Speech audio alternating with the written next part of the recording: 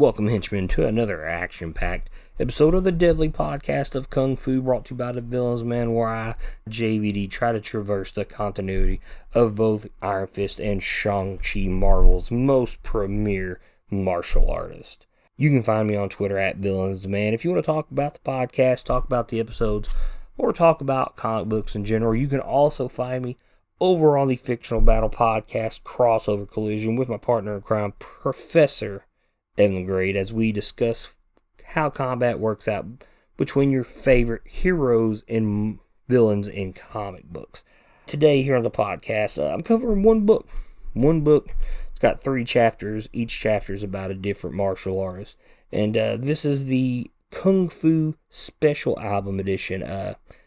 This is actually for Deadly Hands of Kung Fu. It's usually listed with that series, even though it is not called Deadly Hands of Kung Fu Special. But it is part of that series. And you might find this listed as different things. For instance, most time when you're looking for it is just Kung Fu Special. The book says Kung Fu Special Album Edition. So there's a couple of things that you might want to look at. If you're going in continuity order, or if you find a list on how issues are laid out, like based on release date, this shows up as the second appearance of Iron Fist, outside of Marvel Premiere number 15. So it doesn't mark 16 as his second appearance. It does mark this as his second appearance. I don't consider that, but here recently, it's kind of weird how stores and eBay has been really pushing on what could be a first or a second appearance of a character. So you have been warned if you're trying to collect Iron Fist books. And I'm a huge fan of Iron Fist, and I'm telling you, I would not count this as the second appearance of Iron Fist. More on that later. In this book, 3 chapters. Chapter 1 is Iron Fist. Second chapter is Sons of the Tiger. And the third chapter is Shang Chi, and it all takes place in a 3-part story called The Masterplan of Fu Manchu. This is interesting. This is Iron Fist's first time in the Deadly Hands of Kung Fu. It's mostly been Shang Chi and Sons of the Tiger at this point, but we have Iron Fist, who is a new martial arts character to Marvel at the time, so they threw him in at the story. And he actually has the least amount to do with the story in general. There's something interesting here in the prologue as we're introduced to the heroes of the story and the villain. We get an idea of how old Fu Manchu is, and I kind of brought this up here on the last issue with Korain and how old he is and how he needs the potion of immortality. It states that for nearly a century, when it's talking about Fu Manchu, so maybe he's in his 90s. We know he's close to 100. And obviously he's not taking this potion of immortality. So maybe there's something else keeping him alive. And it's not this potion of immortality. So we do know that he is extremely old. So this means if he's in his 90s somewhere, he was getting it on with Shang-Chi's mom in his 70s. He's quite the specimen when it comes to making children, apparently. And we know that he's got quite a few. But let's go ahead and move on to the story. We're going to talk chapter 1, which is the Iron Fist story. Danny finds one of 6 newly arrived Chinese delegates for the UN in an alleyway. Apparently, Fu Manchu had sent assassins to abduct them, but this one managed to escape but was severely injured. As the delegate dies and tells the story to Iron Fist, one of the assassins, Co. Kai Chen, appears in front of Iron Fist. Apparently, he's the man that wounded this delegate.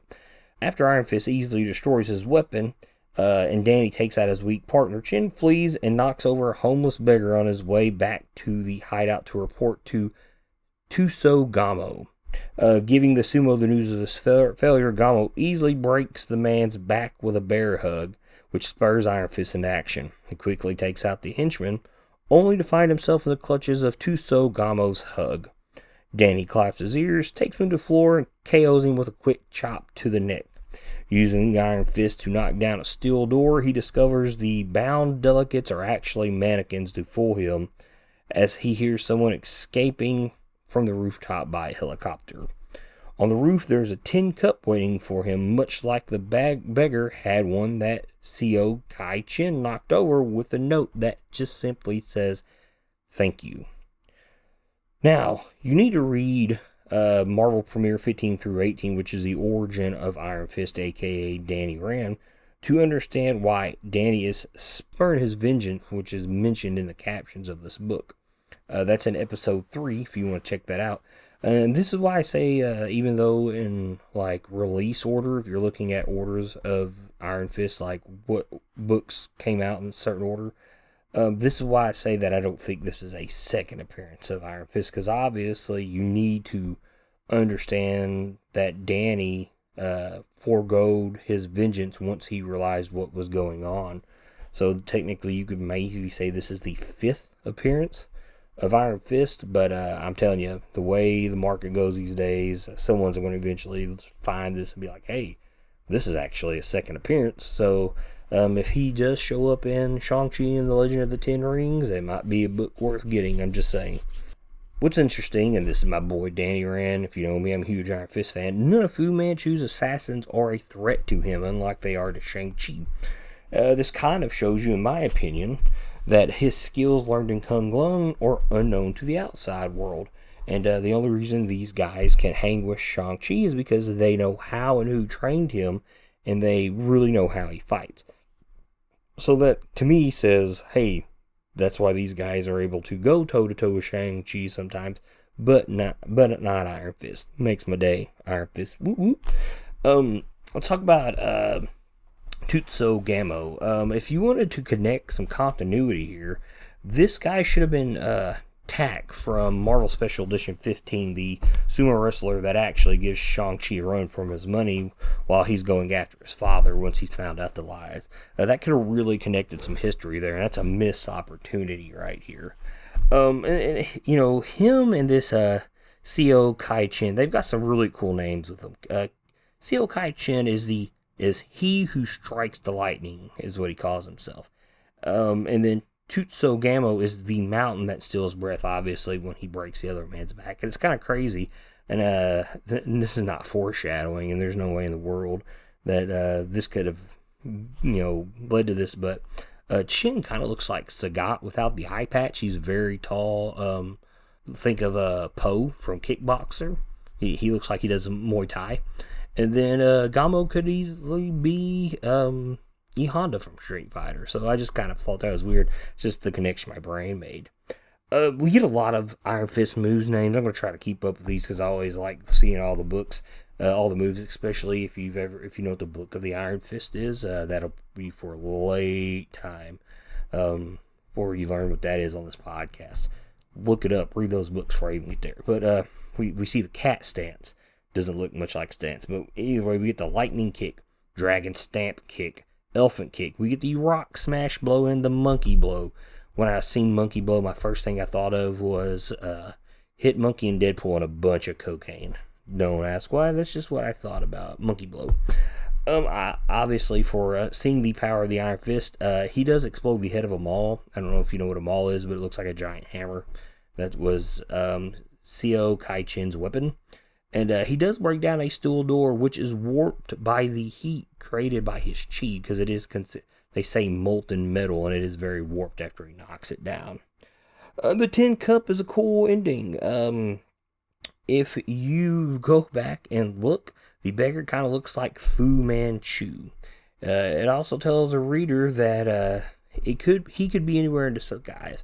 So I thought that was really cool. More on that later. But like I said, he doesn't really play a big part of this story. He just kind of the setup for what's going on. We move on to Chapter 2, which is Sons of the Tiger. I have not covered any of the Sons of the Tiger stuff for Deadly Hands of Kung Fu because I'm only focusing on Shang-Chi and Iron Fist. But I kind of read this. I'm going to give you a quick rundown just to give them time together. But the Chinese Deputy Foreign Minister Li Xianghua is declaring that the disappearance of their delegates, the Chinese delegates that Iron Fist had discovered, is an act of international terrorism. The trio, the Sons of the Tiger, there are 3 of them, go to the UN where the cult of Sifan, which is Fu Manchu's guys, they're posing as undercover Chinese soldiers to spur on a war between America and China. Meanwhile, other members are disguised as delegates who, in turn, kidnap the American delegates at this UN summit. during all the chaos. As they escape by helicopter, the Sons of the Tiger find a beggar who looks identical to the one that Chin ran over in Chapter 1. He thanks them, and as he leaves, he tells them to live long, live well while you have the chance. Interesting. Who is this beggar? So let's move on to Chapter 3. Chapter 3 with Shang Chi.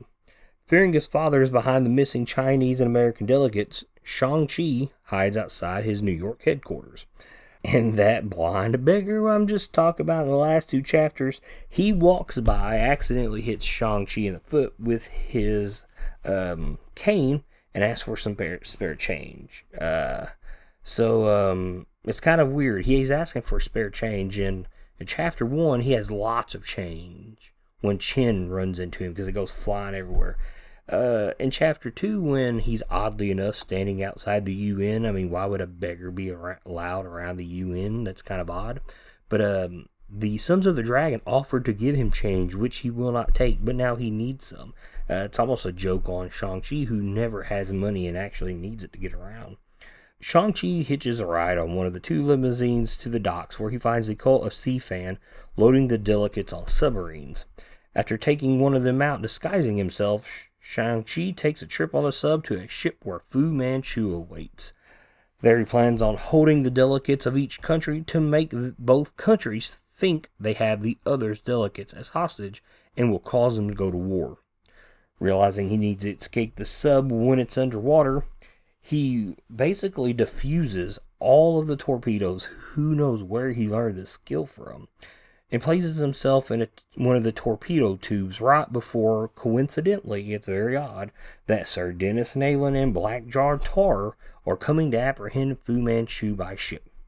As he boards his ship, the henchmen that Shang-Chi fights are not enough to stop Shang-Chi, but just enough to let Fu Manchu escape by helicopter. Once again, a helicopter being used as an escape route in all 3 chapters. A lot of, lines connect right there. But as all the delegates, Shang-Chi, Sir Dennis, and Jack board the boat, Fu Manchu's ship blows up, killing all of his men, showing you exactly just how ruthless he is. As they return back on the pier, Shang-Chi finds the disguise of a beggar, and within the tin cup is a thank you note from his father, proving that even when Fu Manchu is within his son's reach, he will never know. I love that. I think that's just great. Really cool way to end this special. And I just mentioned this in the last episode. We see Shang-Chi once again hitching a ride on a vehicle. No one notices a martial artist in a karate gi, a red karate gi at that, with a big yin-yang on the back. No one notices him. And I don't know how. When someone jumps on your car, your shocks pick up their weight and it rocks. It's very strange. I don't know how no one notices it. Outside of the Mimosa plan in the last issue, this is the biggest plan we've seen Fu Manchu try to execute, and it's pretty epic. Sadly enough, it didn't go off, but it just kind of shows you between this story and the last story just how smart and intelligent Fu Manchu is as a villain.